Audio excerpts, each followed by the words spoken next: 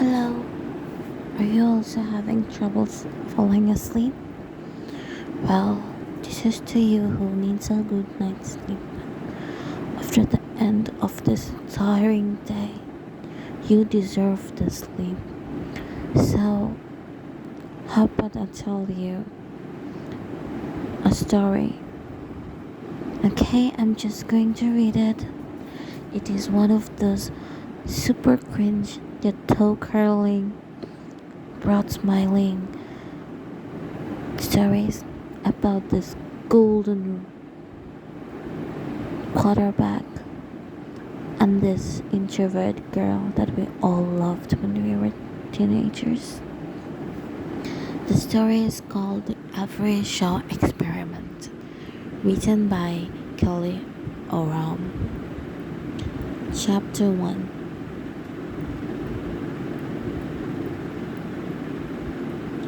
It is the POV from Avery, the prologue.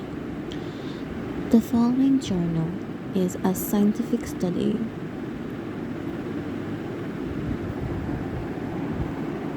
To really grasp the full extent of shock I experienced when Aiden Kennedy broke my heart, you need to understand the unusual circumstances of our relationship and until the point. Okay, I'm so sorry to interrupt. I wanted you to know how it goes, but looks like I'll have to download it first. Give me a minute, okay? I'll download it. Okay, done. Prologue and the POV of Avery.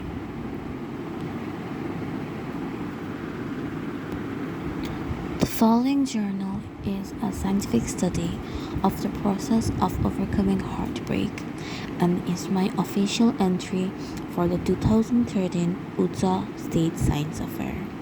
My theory is that having your heart broken is very similar to experience the death of a loved one. Therefore, it stands to reason that by using the commonly accepted 7 stages of grief, per se shock, disbelief, denial, bargaining, guilt, anger, depression, and acceptance, one can overcome a devastating effect of a broken heart. In this experiment, I will prove my theory by taking you through the 7 stages of grief as applied to my own severely damaged heart. I hypothesize that once I have experienced all 7 of these steps, I will have cured my heart of all the cracks and tears and will be otherwise ready to fall in love again as Avery Shae, average 16-year-old junior in Spanish Fork, Utah. I'm obviously not impartial on this topic and will not always be able to make unbiased observations.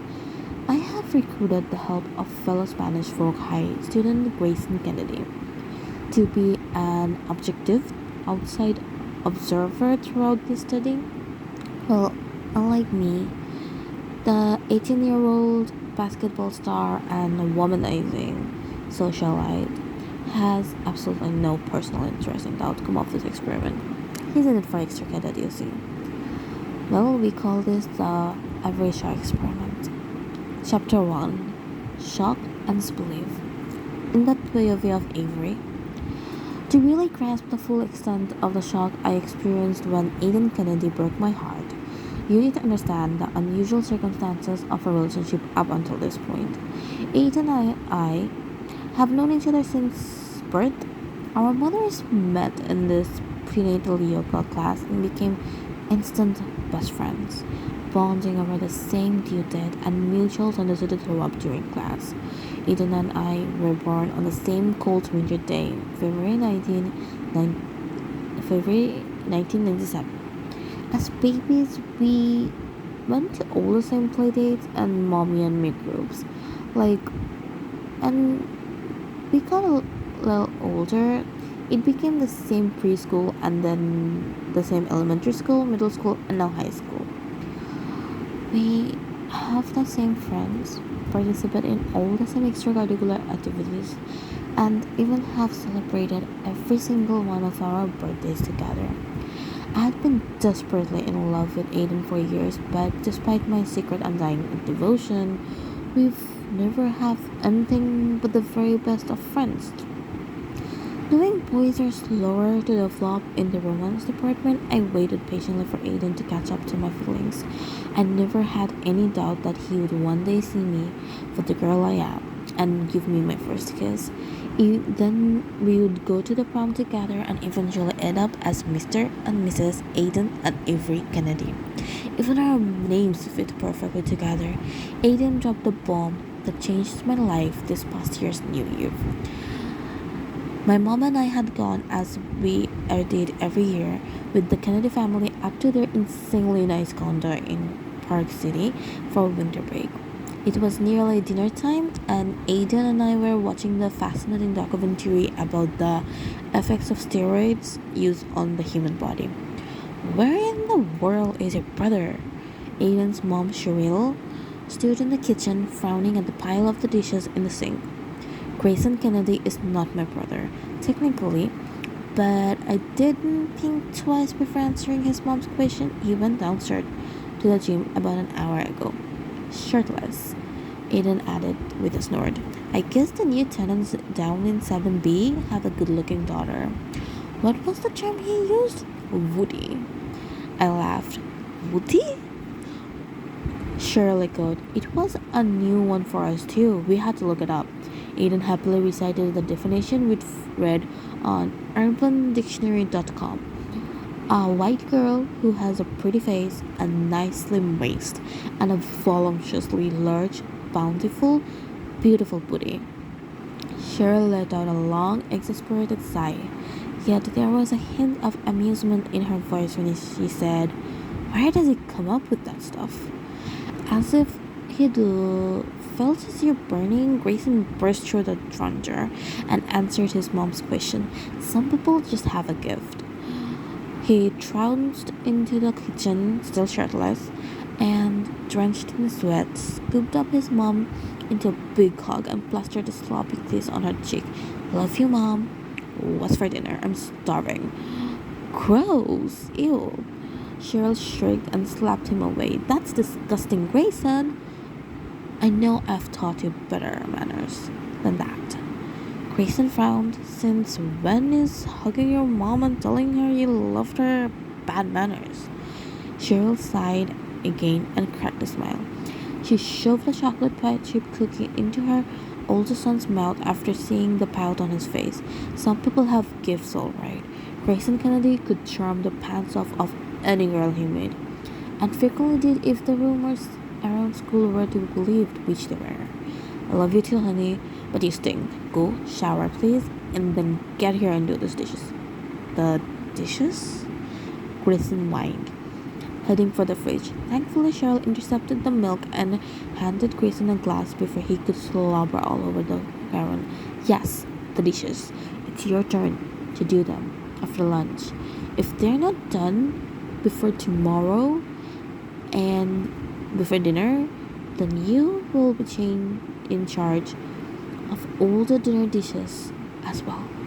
And Avery will be off the hook tonight."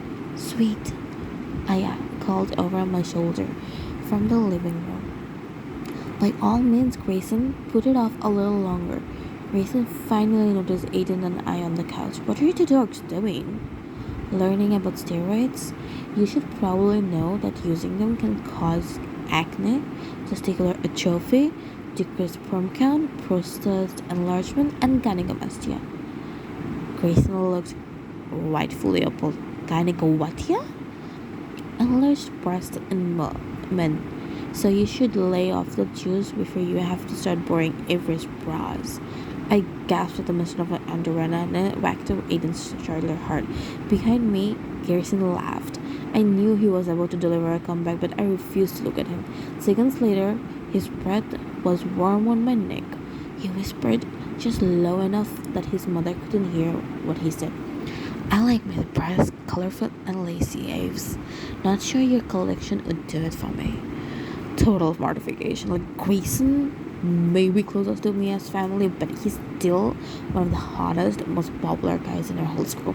He discussing my bras in that low, sexy voice, and that could stop a girl's heart on the spot, had my lungs constricted. Plus, he was right, of course. My bras are all in plain white and cotton variety. Mom, Grace is picking on Avery again. Aiden's shouts startled me back from my panic attack. Grayson was still watching me, a wicked smile playing on his lips, so I did the only thing I could think of. I sniffed once and pretended to gag. Ugh, your mom was right. You're really weak. Please go sweat all over someone else. Grayson laughed on his way back into the kitchen in search for more cookies. What is it that makes your brother a walking hormone? I asked Aiden. Is it all the physical activity, you think? I mean, with the working out, the snowboarding, and the basketball, he's gotta be on endorphin. Like high. What, 85% of the time? Do you think there is a correlation between the two? Like, the more active the athlete, the bigger the sex craved maniac? Aiden shrugged. Probably. Think about the reputations of professional athletes. Huh. Maybe that should be the topic of our experiment for this year's club. Aiden gave me a weird look. How exactly would you go about the theory? I thought about the practical application that would be required and then blushed and said, Fine, I relented. Though the thought of Aiden and me working on a sweat together only to go work up another one with a hot makeout session was highly appealing. But we need to come up with something soon. The fair is in March this year. It doesn't give us a lot of time. Aiden's entire body suddenly went stiff. I glanced at him just in time to watch his face turn a little thin. What's the matter with you? Are you okay? Yeah, Aiden gulped. It's just, I've been meaning to talk to you about that. About what? He took a deep breath and then let it out. I'm not going to do the science fair this year. I took a minute for the news to sink in. We've been partners at the uh, Utah State Science Fair every year since sixth grade. What? Well, you see, Miles Fuller moved over break, so the debate team needs one more person, or they won't be able to compete anymore. Mindy Perez and I had public speaking together last semester. She asked me to fill Miles' spot. She said I have charisma and a natural talent for persuasion. I couldn't talk for a full 60 seconds. Then I said, You joined the debate team? He nodded. But they meet at the same time as the science club? I know. Aiden's gaze dropped on his lap as if he could no longer look at me.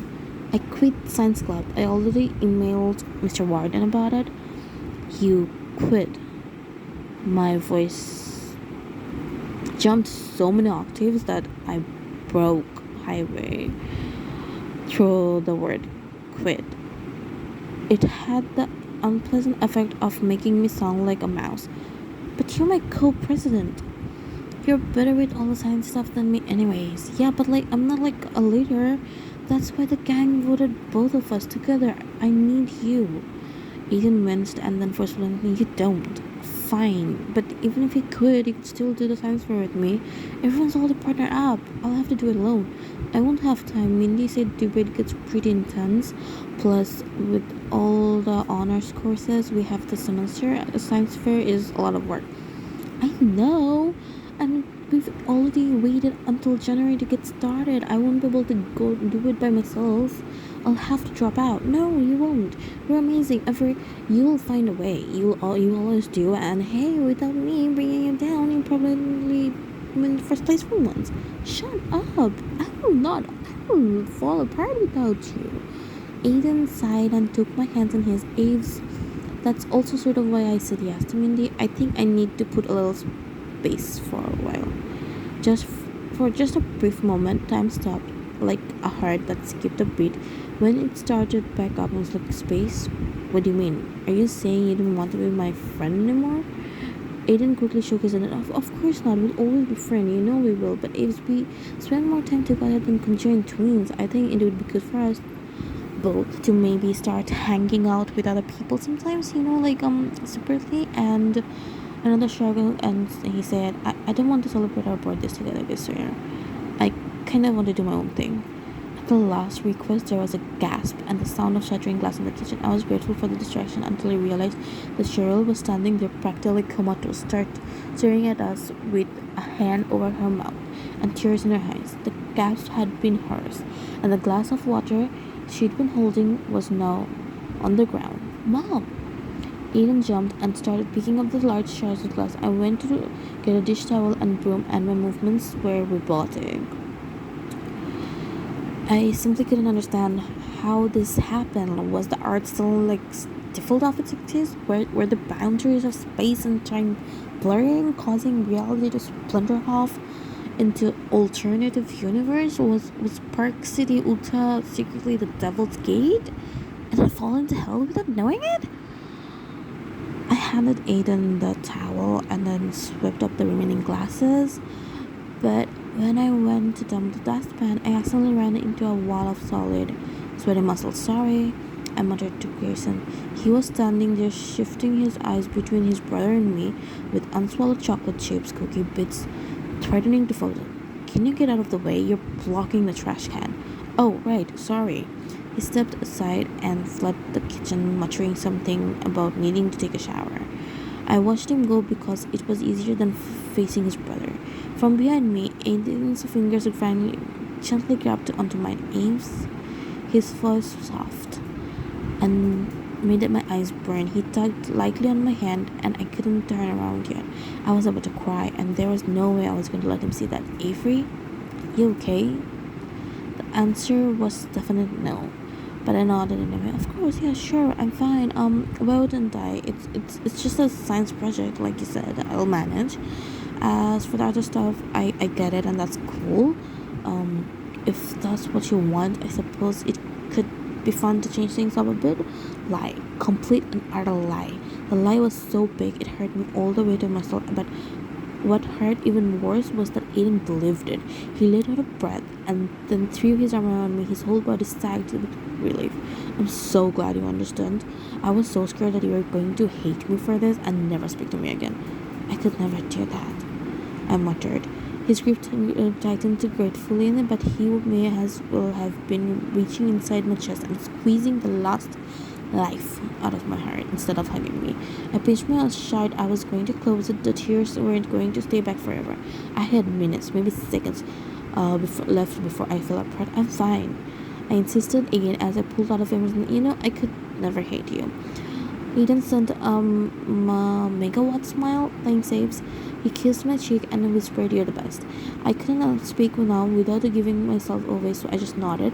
Cheryl must have recognized the truth of my emotional state because she cleared her throat and asked Aiden if he wouldn't mind taking the garbage bag with all the broken glasses up to the dumpster.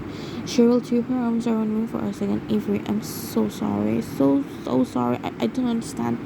She let her voice trail off. She was very bit as bewildered as it. It's okay, Cheryl. It's fine. Really. I pushed away from her and practically ran out of the room. I only made it to the upstairs hallway before I collapsed on the front and cried. A few minutes later, the door downstairs slammed. I sucked in a deep breath, knowing I needed to at least make it to my room before Aiden rounded the corner and saw me. But it was my mother's voice. Her jovial, "Grayson, Avery, go help Aiden bring up the groceries," was not repeated like normally would have been when neither of us responded. Instead, I heard a few hushed whispers, and then one very loud, large gasp.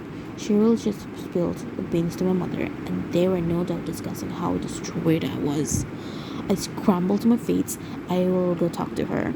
Maybe I'll take her out, just the two of us, for the New Year's Eve tonight. No way did I want to do that. I love my mom and all, but I wasn't ready to face the truth yet. I was in way too much shock. Stage 1 of the grief process currently underway. I also didn't need a special pity party tonight while the Kennedy family pretended like they didn't know why my mom, and I ditched them. In a panic, I pressed through the first door I could find and backed up against it.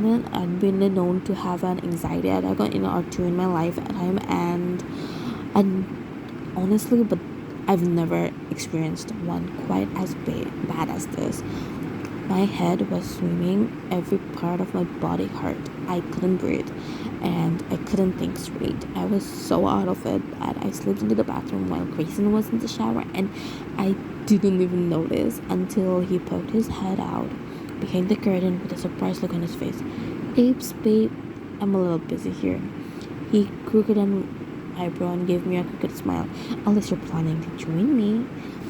Just then, there was a loud knock on the door. My mom's worried voice called out to me. I looked up at Grayson and, in a moment of sheer panic, didn't think twice before jumping behind the curtain with him. Whoa, Avery, I was only teasing. I could hear Grayson, but I couldn't really respond. I leaned my back against the cold tile wall and closed my eyes, letting the hot water rain down on me. There was another knock, louder this time. The door opened. Avery? That you in there, sweetie? I frantically shook my head, praying that Grayson would do the right thing. Sorry, Caitlin, it's just me. Oh, sorry, Grayson. I thought maybe you were Avery. Yeah, I get that a lot, he teased. My mom laughed and then sighed heavily. If you see her after you're done, tell her I'm looking for her. Will do. The door clicked shut and things got quiet. I stood there for so long that my heart started to hurt and I got really dizzy. My knees buckled. Grayson quickly caught me under the arms. Avery, breathe. Breathe, he commanded. I took a breath. Oxygen flooded my lungs. I realized it was probably the first breath I'd taken in minutes. Aves, a low, steady voice. I felt a hand on either side of my face. I opened my eyes, and Grace's beautiful, piercing blue eyes were staring down at me from just inches away, taking up the entire vision of the film. You good now? Good? No, I would never be good again. I flung my arms around him and began to release gut-wrenching sobs into his chest. I have no idea how long I stayed like that, holding on to Grayson for dear life while I shattered from the inside out. However long it was, Grayson never tried to stop me. He held me close and rocked me beneath the spray of the hot water, all while whispering encouraging statements to me and stroking my hair. Eventually, the anxiety attack faded, and I regained control of myself. Otherwise, that's when I realized I was standing in the shower, clinging to a very naked Grayson Kennedy, and certain parts of him were not objecting to the situation. I gasped and trying to wrench myself away from him, but he held me tight and chuckled. It is what it is, Aves. I'm a warm-blooded guy standing naked in a shower, holding a girl whose t-shirt is drenched and clinging her rather poetically to her surprisingly impressive figure. This time, when I gasped, Grayson let go. He was still laughing long after I scrambled out of the butt. I didn't feel bad when I stole his towel and left him to fend for himself when he was ready to get out. And that is the end of prologue 1. See you again next time and have a good night's sleep.